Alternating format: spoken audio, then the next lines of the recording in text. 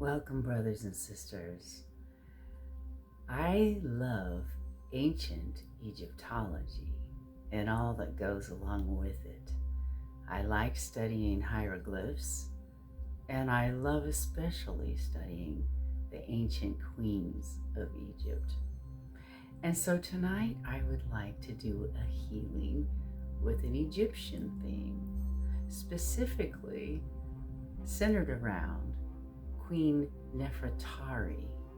Now that's not to be confused with Queen Nefertiti.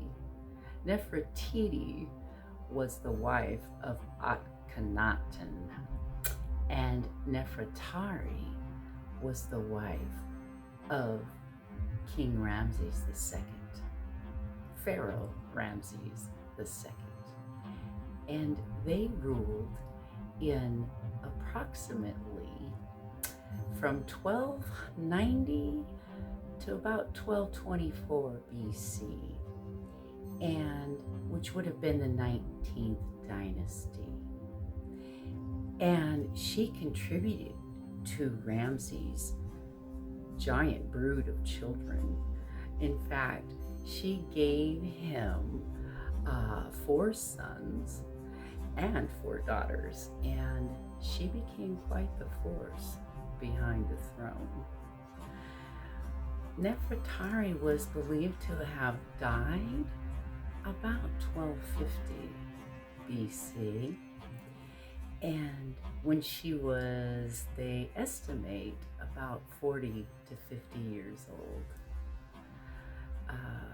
Her husband and her ruled for about 25 years in total, and she was said to have been his favorite wife, consort, and that he loved her so much he called her his beautiful queen, and even dedicated beautiful temple to her at a place in Nubia, and also another one near Thebes in the Valley of the Queens. And her remains are said to be at an Egyptian museum in Turin, Italy. And I just so happen to have these beautiful Ankh earrings, which are Egyptian symbols and mean the key of life. I also have this beautiful Ankh ring. You see, it kind of resembles a key, doesn't it?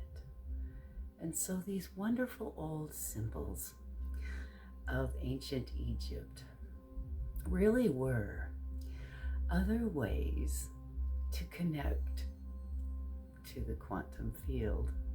Of course, they didn't have that verbiage in ancient Egypt, but nonetheless, that is what they were doing, connecting to their higher selves and to the ancient wisdom that exists all around us.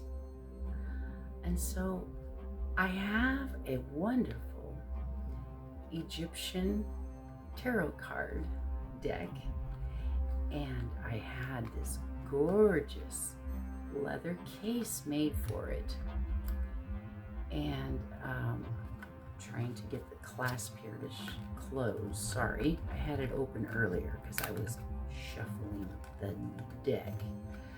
But the clasp is very beautiful, and it's all hand-tooled leather, hand-stitched with the Eye of Ra. Isn't that beautiful? And that's a scarab with wings on top.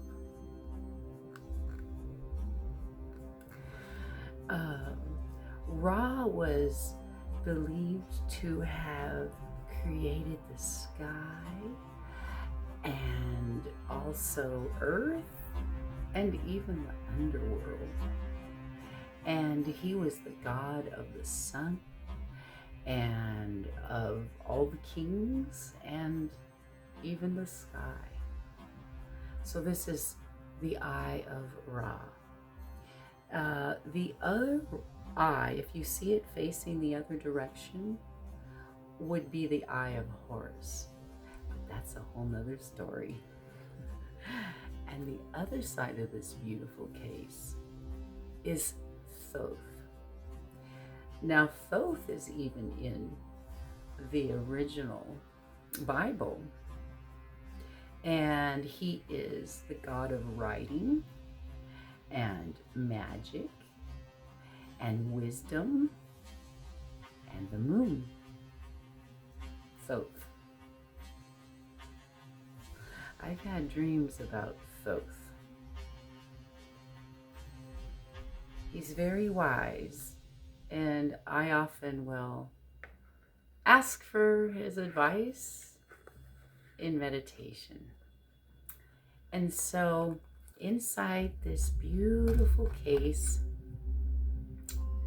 that I had handmade, I had to wait a long time to get it, I have this pretty deck, Egyptian tarot, again with the eye of Ra on the outside.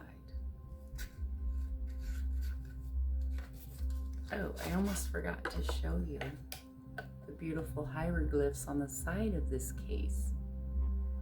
And I began to decipher some of them.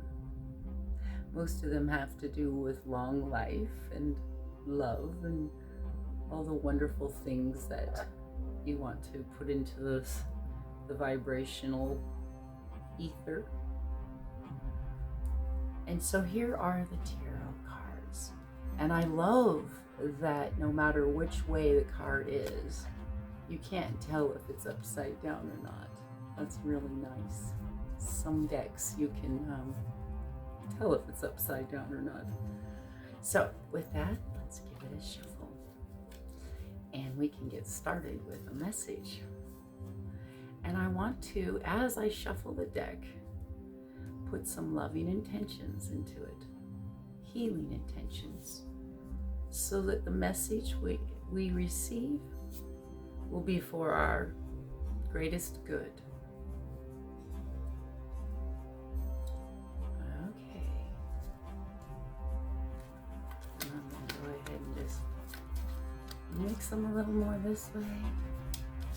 And then we're going to go ahead and spread them out. And have you pick one. Oh boy, I'm feeling this one. That one spoke to me. Now I'm staring at the camera and I still don't know what's on this card, but I'll show you first because it's dark on my side and it's awful shiny. So I don't know if I can get the shine out enough for you to see it, but I will look at it. And for that, I'm going to get some help. Do you know that they actually found ancient, what kind of looked like spectacles in some of the old tombs? I saw some of them when I visited the Louvre Museum in Paris. No kidding. They were ancient lenses that they used that were kind of the beginnings of what we call glasses. Okay, so it looks like we have XV on here, which is Roman numeral 15. And it says, ooh, the devil. How interesting that we would draw that on our very first time to do this together. This is a wonderful teaching moment because it's not what you think. When I first started reading tarot, I wondered about that. You know, there's a whole lot of mythology around tarot, and a lot of people have demonized it over the years. The devil actually doesn't mean the devil like you would think in tarot. No. Brothers and sisters, I'm kind of glad we drew that together this evening. Now, listen very carefully, and you think about which one this fits, which one fits for you. All right, so the devil, when it comes to relationships, could also mean that it's a sign that your partner, you or your partner are feeling trapped. It might indicate that the freedom is no longer there, or that you're engrossed in a relationship that may not be good for you. So it feels like the devil. So think about that for a minute. The other thing it could mean is having to do with money and career. And it can indicate that you're feeling trapped in the same way financially.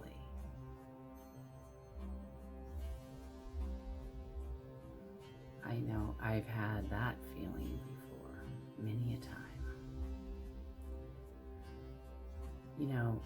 It could also mean your job. If you're in a job that you intensely dislike, or just isn't a right fit for you, could be that we drew this card for you because that's something that you might have been avoiding.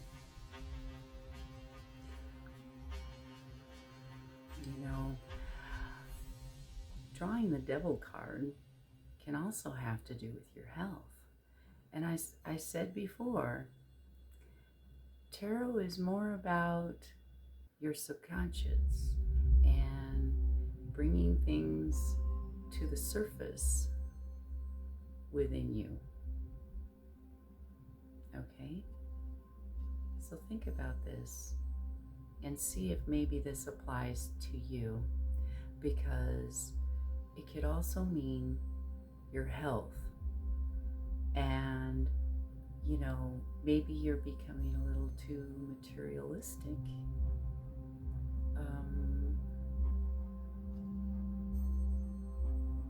Doing things that might be not so good for your health, and you know that it isn't.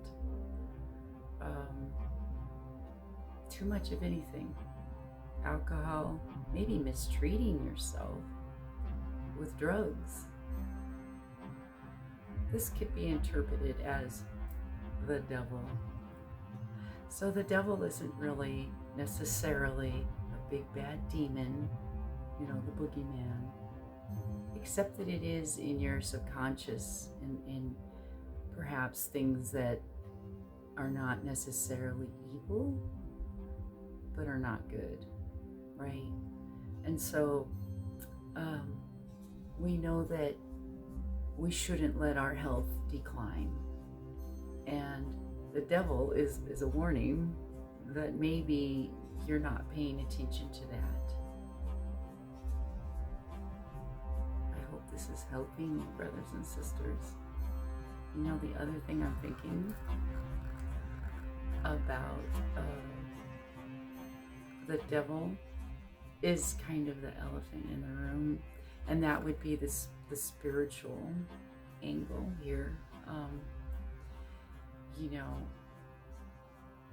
Spending too much time brooding, maybe, or worry, and not spending time with loved ones and connecting in a deeper, more spiritual way.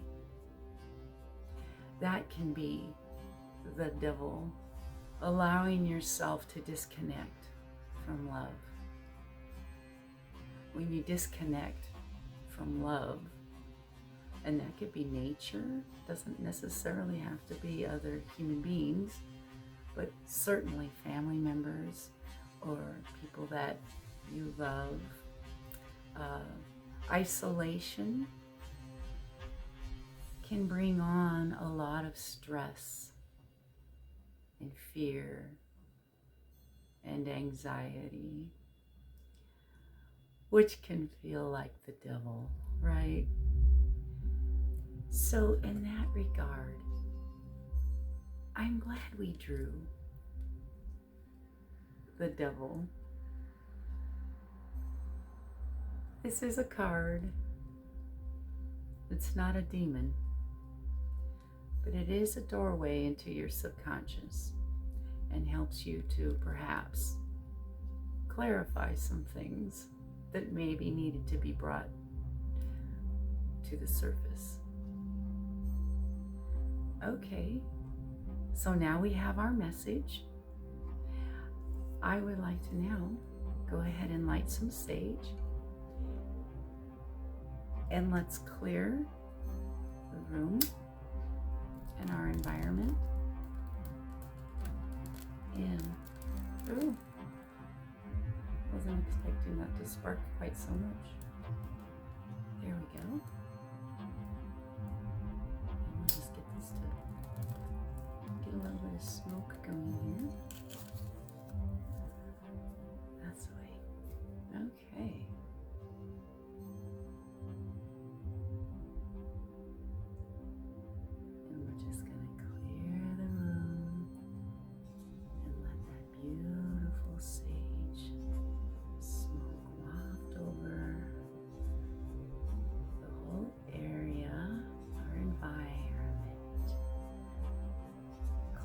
And clearing any negative energy and intending love and light. Love and light. Love and light. Okay. And now the Egyptians were known to use crystals in healing. Did you know that ancient healers in Egyptian cultures were called Sunu? So this evening, I will be your Sunu. And the Egyptians used crystals in their healings because they knew even thousands of years ago the properties of crystals have healing vibrations and frequencies that they emit. And these frequencies can be very healing to the body. So with that, let's take a slow, deep breath together.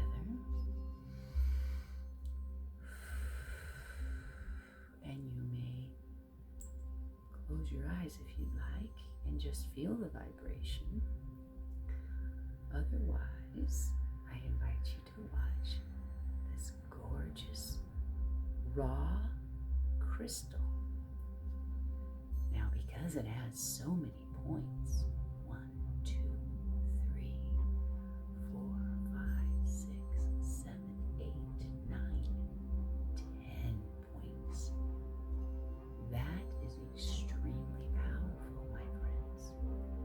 And I'm going to go ahead and draw the power symbol, ancient healing power symbol, and draw that into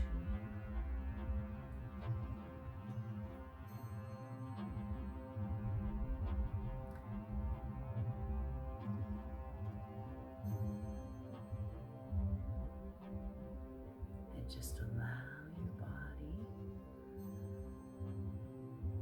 to feel the beautiful healing energies of this crystal.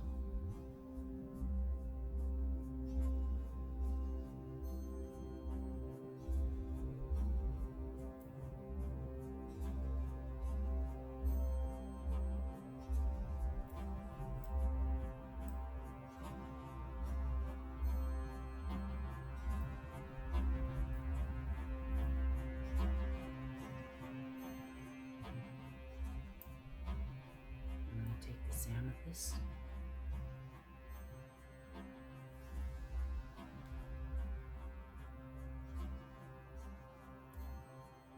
Amethyst has some beautiful healing properties for your throat chakra, which includes all of the glands along your throat,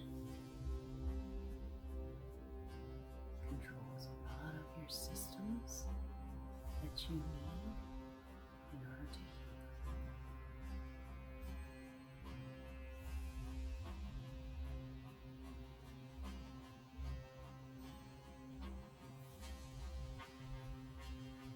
That's wonderful, my friend.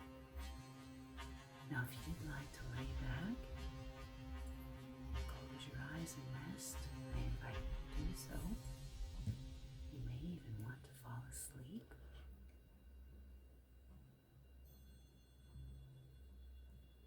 I have this beautiful Lapis Lazuli. It too has gorgeous, beautiful white veins through it and has healing powers that are very strong, and the ancient Egyptians knew and used Lapis Lazuli. The Sunus, the ancient healers of Egypt, would use Lapis Lazuli on their patients. They understood the healing frequencies and all the wonderful benefits that it has.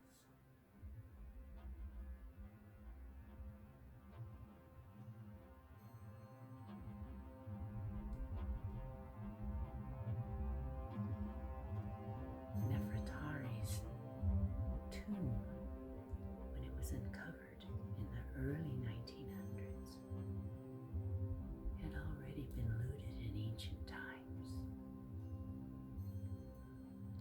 But they did find some artifacts, including perhaps some of Nefertari's remains herself, which are in an ancient exhibit, Egyptian exhibit, in Turin, Italy.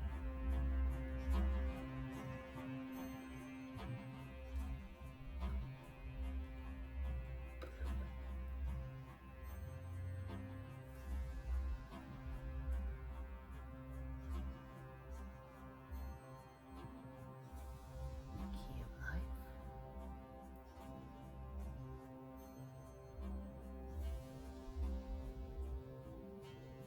And the healing stones of aventurine and amethyst. Love in the heart chakra has the same frequency as the aventurine. The same frequency of amethyst. The same frequency of the throat chakra. And I send this vibration, this loving and healing vibration, as a mixture, a powerful mixture, to you.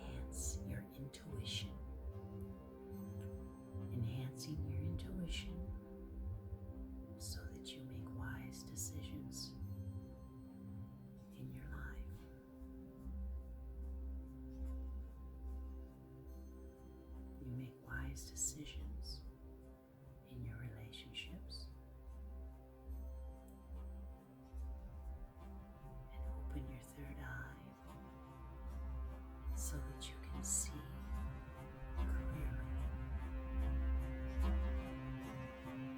Wise decisions when it comes to your wealth and your career or your job.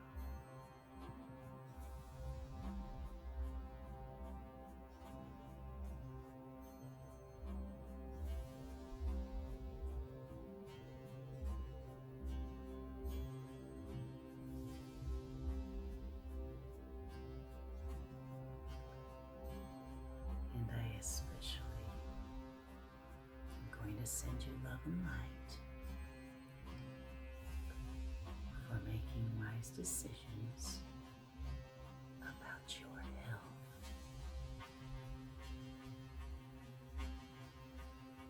And to see clearly what is best, the wisest, your higher self knows the answers. Relax and let them flow.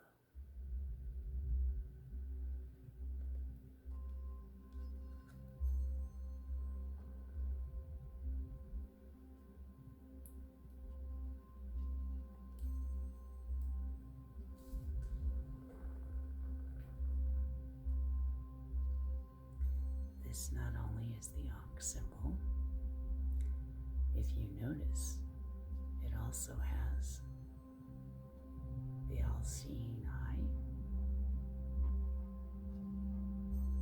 as well as the Ankh and a scarab, all of which are ancient Egyptian symbols, helping us connect to our higher self, the Akashic field, and to know what is best for ourselves, our health, and our lives. Thank you so much for joining me. Please hit the like button and please leave your comment below. I want to hear if you like this sort of thing. I know some people are a little intimidated by tarot, but if you realize, after all, it's only cardstock. It's what you make of it. It's really just a look into your subconscious, things that were already there. Thank you for joining me. That's really groovy.